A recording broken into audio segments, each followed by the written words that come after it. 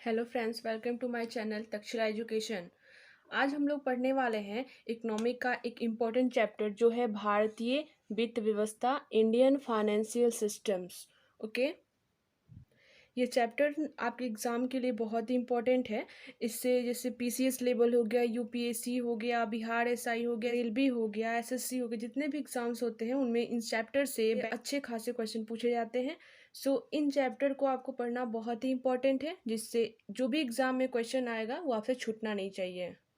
तो इस चैप्टर को हम लोग इस वीडियो में काफ़ी अच्छे तरीके से पढ़ेंगे और इकोनॉमिक के जितने भी चैप्टर हैं जो बेसिक है और जो इम्पोर्टेंट टॉपिक्स है जो एग्ज़ाम में क्वेश्चन आते हैं उन्हीं को हम कवर करेंगे। इकोनॉमिक के साथ साथ हिस्ट्री हो गया, हिस्ट्री में एंशिएंट, मिडेवल और मॉडर्न हिस्ट्री हो गया, सिविक्स हो गया, आपका Indian polity, geography, reasoning, math, सारे सब्जेक्ट को इस चैनल पे कवर कराया गया है। तो चलिए स्टार्ट करते हैं इस वीडियो को।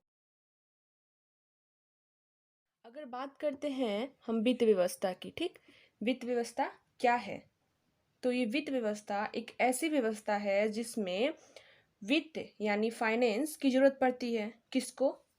व्यक्तियों को, बैंकों को, औद्योगिक कंपनियों को और वित्त संस्थाओं तथा सरकार द्वारा वित्त की मांग होती है और इसकी पूर्ति भी की जाती है। मांग और पूर्ति के बीच को ही हम पढ़ने वाले हैं भारतीय वित्त व्यवस्था में कि मांगता कौन है और देता कौन है। तो ऐसी व्यवस्था को हम वित्त व्यवस्था यानी फाइनेंस सिस्टम कहते हैं। और ये जो भारतीय वित्त व्यवस्था है इसमें दो पक्ष हैं। दो पक्ष कौन कौन? पहला एक मांग पक्ष और दूसरा पूर्ति पक्ष। तो ये जो मांग पक्ष है इसके अंदर कौन कौन आते हैं और ये जो पूर्ति पक्ष है इसके अंदर कौन कौन आते हैं। ओके, इसको देखते हैं। तो ये जो मांग पक्ष है इसमें आते हैं व्यापारिक कंपनियां, सरकार, व्यक्तिगत निवेशक, औद्योगिक कंपनियां। ओके, और इनकी मांगों को पूर्ति करता है बैंक, बीमा कंपनियां, म्यूचुअल फंड, अन्य वित्तीय जो संस्थाएं होते हैं वो इनके मांगों को पूरा करती है। ठीक, ये ध्यान रखिएगा कि मांग पक्ष होते हैं और पूर्ति पक्ष होते हैं। कोई मांगेगा तो कोई उसको देने वाला भी तो होना चाहिए ना। इसीलिए भारतीय वित्त व्यवस्था की दो पक्ष हैं, मांग पक्ष और पूर्ति पक्ष। अब देखते हैं भारतीय वित्त व्यवस्था जो है इसके कितने प्रकार होते हैं, इसे कितने भागों में बांटा गया है। तो भारतीय वित्त व्यवस्था को दो भागों में बांटा गया है। पहला है आपका भारतीय मुद्रा बाजार और दूसरा भारतीय पूंजी बाजार। ये जो भारतीय मुद्रा बाजार है इसको हम इंग्लिश में कहते हैं इंडियन मनी मार्केट और भारतीय पूंजी बाजार को इंडियन कैपिटल मार्केट कहते हैं। ओके, ये जो भारतीय मुद्रा बाजार है ये अल्पकालिक होता है, शॉर्ट टर्म के लिए होता है। और ये जो भारतीय पूंजी बाजार है ये आपका लॉन्ग टर्म के लिए होता है। और ये जो भारतीय मुद्रा बाजार है इसमें बैंक आते हैं जिसका संचालन आरबीआई करता है। आरबीआई के रूल रेगुलेशन पे ही ये बैंक चलते हैं। ओके, और ये जो पूंजी बाजार है ये लॉन्ग टर्म के लिए होता है जिसका बाजार शेयर बाजार होता है। और ये जो सेबी होता है इन शेयर बाजार को क्या करता है? नियंत्रित करता है। सेबी की रूल रेगुलेशन से ही चलता है शेयर बाजार। ओके, इसको याद रखिएगा कि जो भारतीय वित्त व्यवस्था है उनको दो भागों में बांटा गया है, भारतीय मुद्रा बाजार और भारतीय पूंजी बाजार। भारतीय मुद्रा बाजार जो बैंक आता है जिसको आरबीआई नियंत्रित करता है, और भारतीय पूंजी बाजार जो कि शेयर बाजार होते हैं जिसको सेबीआई संचालन करता है।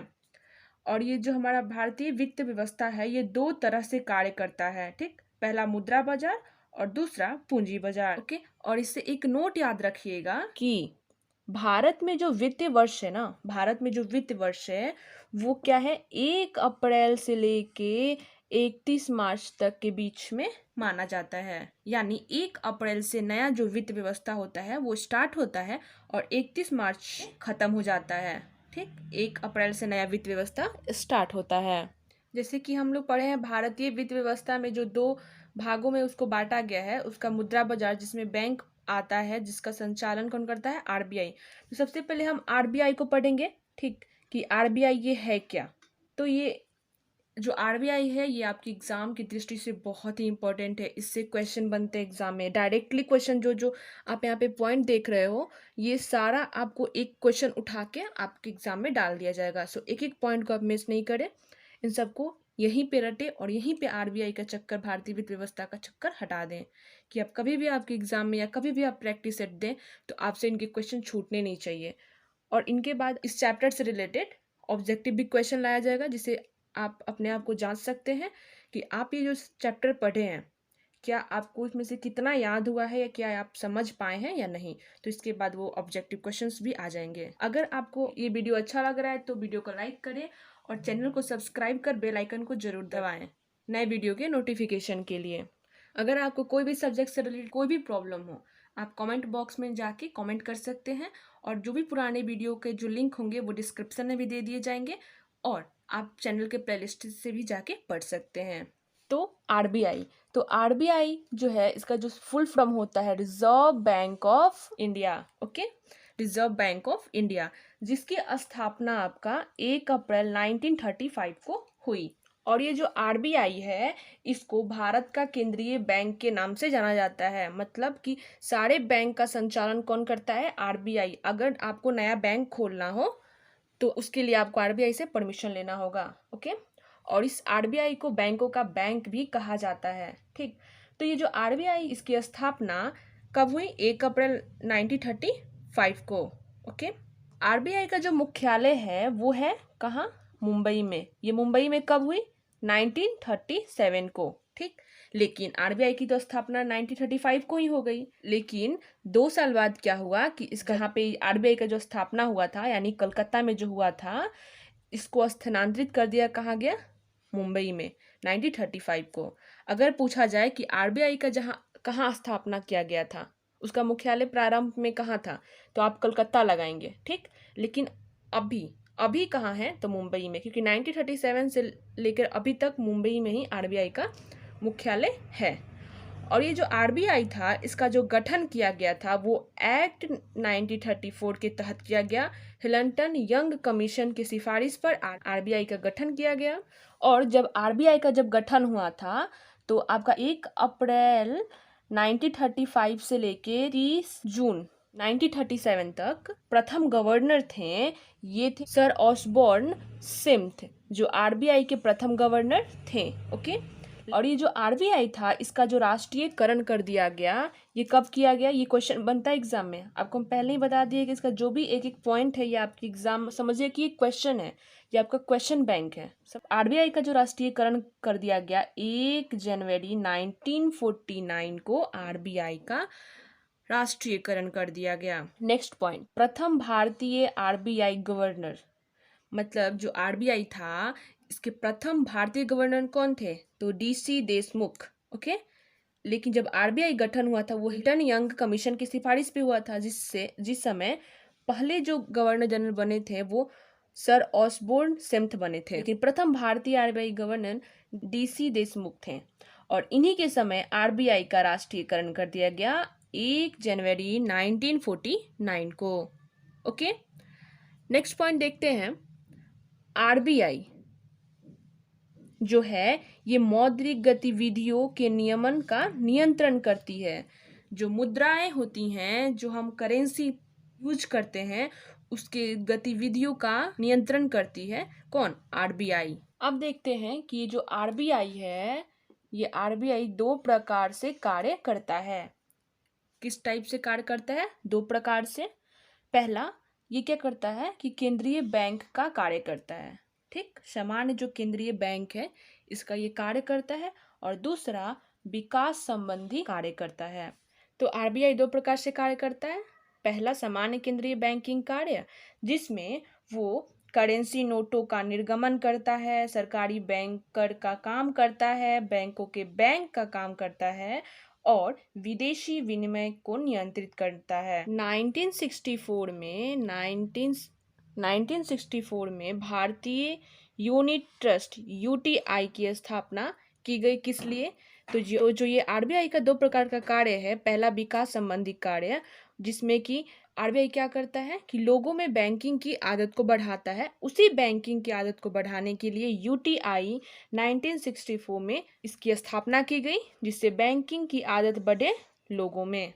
ओके, एक और इम्पोर्टेंट बात को याद रखिएगा कि आरबीआई का ये लोगो है, ठीक, जिसमें टाइगर का फिगर बना हुआ है, जैसे पूछता है कि जो आरबीआई का लोगो है उसमें किस जानवर को दर्शाया गया है, तो टाइगर को।